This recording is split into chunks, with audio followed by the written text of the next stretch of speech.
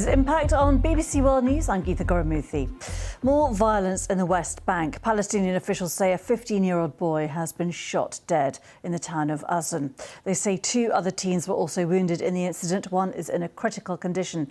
The Israeli army says the boys were throwing fireworks at Israeli cars and threw petrol bombs at troops.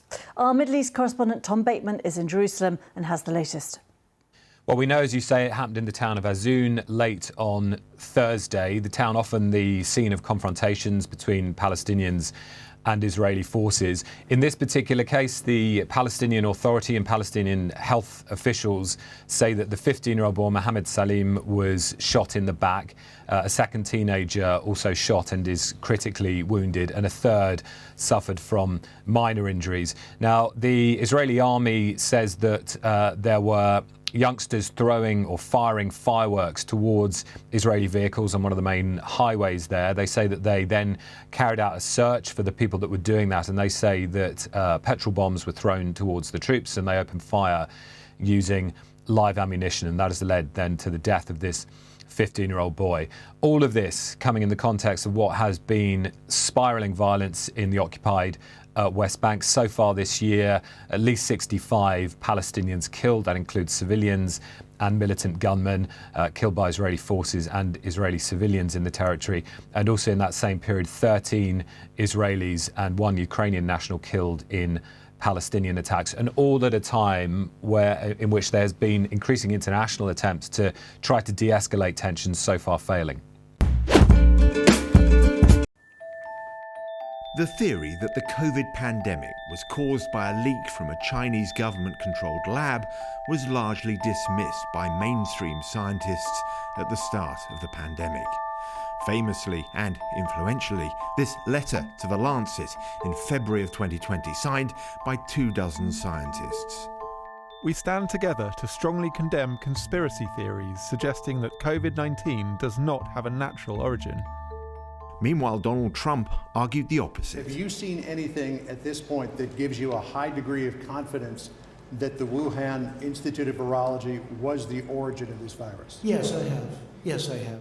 Many in America and beyond took their cue on what to believe based on what they thought of Donald Trump. We know that it's been debunked that this virus was man-made or modified or anything like that, but skip forward 3 years and Donald Trump has left the White House, and there is less certainty in the natural origins theory.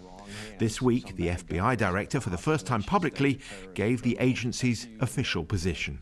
The FBI has for quite some time now assessed that the origins of the pandemic are most likely a potential lab incident in Wuhan.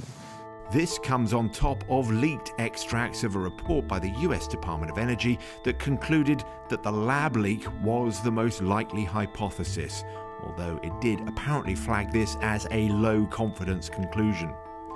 Although the details of the report haven't been released, there are several factors that seem to point away from a naturally occurring virus.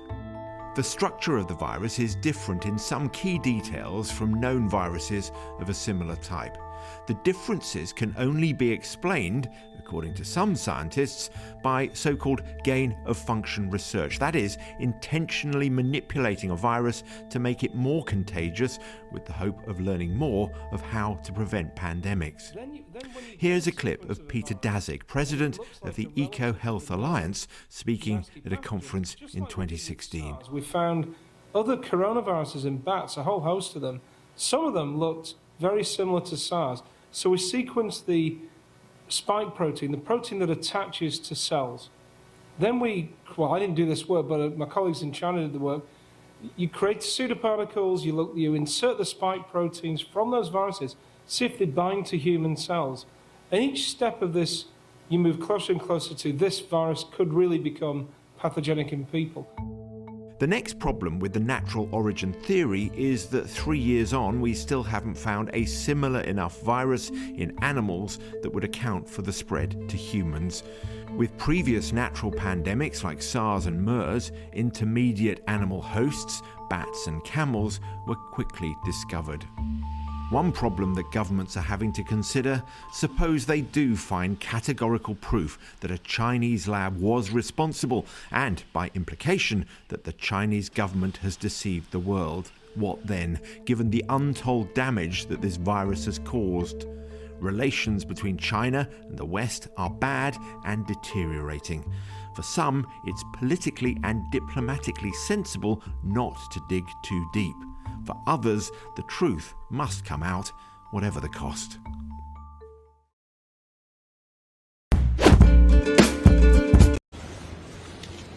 Mr. Murdaugh, I sentence you to the State Department of Corrections on each of the murder indictments in the murder of your wife, Maggie Murdaugh. I sentence you for the term of the rest of your natural life for the murder of Paul Murdaugh, whom you probably love so much. I sentence you to prison for murdering him for the rest of your natural life. Those sentences will run consecutive. Under the statute involving possession of a weapon during a violent crime, there is no sentence where a life sentence is imposed on other indictments. That is the sentence of the court, and you are remanded to the State Department of Corrections.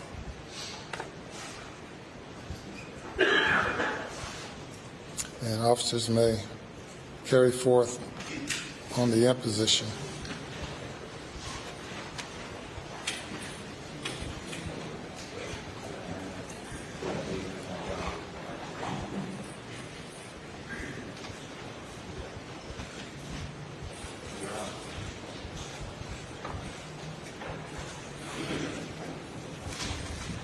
Yes, sir. Yes, sir.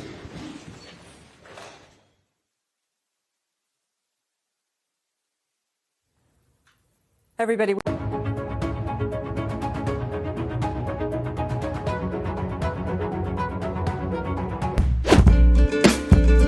So for months and months and months, we've been covering this story, the Canadian shop teacher who pulled his entire class into his very obscure sexual fetish by wearing size Z prosthetic breasts and calling himself Kayla Lemieux, because it kind of tells you everything. Why is this allowed? There are kids in the class. So this guy's finally been placed on leave. The school board in Ontario only took the steps after parents, some of them immigrant parents, threatened to sue the school. This went on for so long because there is a well-funded effort to erase women, of course, both in Canada and the United States. Feminists are all for it. It's always your leaders who sell you out. Hershey's, by the way, is now putting the face of a man posing as a woman on chocolate bar wrappers. This dude is called Faye Johnstone, called himself a proud slut, and said his female critics should be vilified so they, quote, don't dare to speak their views publicly. Okay. Here's Faye Johnstone, not a fascist or anything, who, by the way, runs a, quote, LGBTQ consulting firm that makes a ton of dough from Canada's government. Watch. My name is Faye Johnstone. I'm the executive director of Wisdom to Action. We can create a world where everyone is able to live in public space as their honest and authentic selves. See the women changing how we see the future at Hershey's Canada. I mean, like, what? Women, don't worry, we're not replacing you. Don't worry, everything's cool.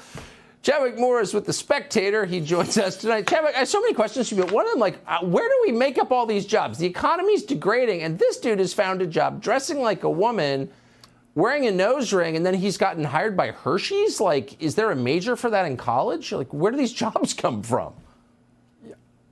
Well, first of all, happy International Women's Awareness Month, or whatever it is right now. We all like a little nuts in our chocolate. I don't see what the big deal is. I love nuts in my chocolate, so I think it's perfectly fine.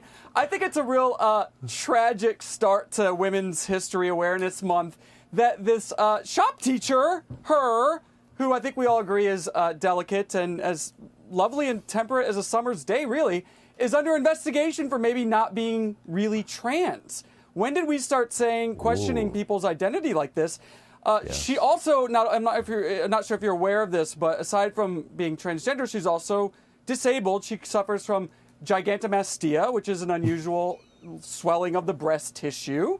In her case, it's prosthetic breasts, which have apparently become sentient and swelling on their own. So, this is just how it is now. If you say you're a woman, that's how it is. And women seem to be okay with it because very few are speaking up and being loud about being erased in this way and taken over by men in dresses.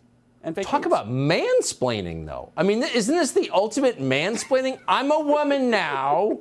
You shut up, ladies. And they're like, okay, I'll shut up. If some dude just like a woman tells me what it's really like to be a woman, I guess I can't say anything. Like, what? Yeah, well, I mean, you don't want to get knocked down and bruised by those prosthetic breasts. I wouldn't challenge that guy either. You know what? That's a very good point. Chadwick Moore, common sense intrudes. Thank you so much for coming on tonight.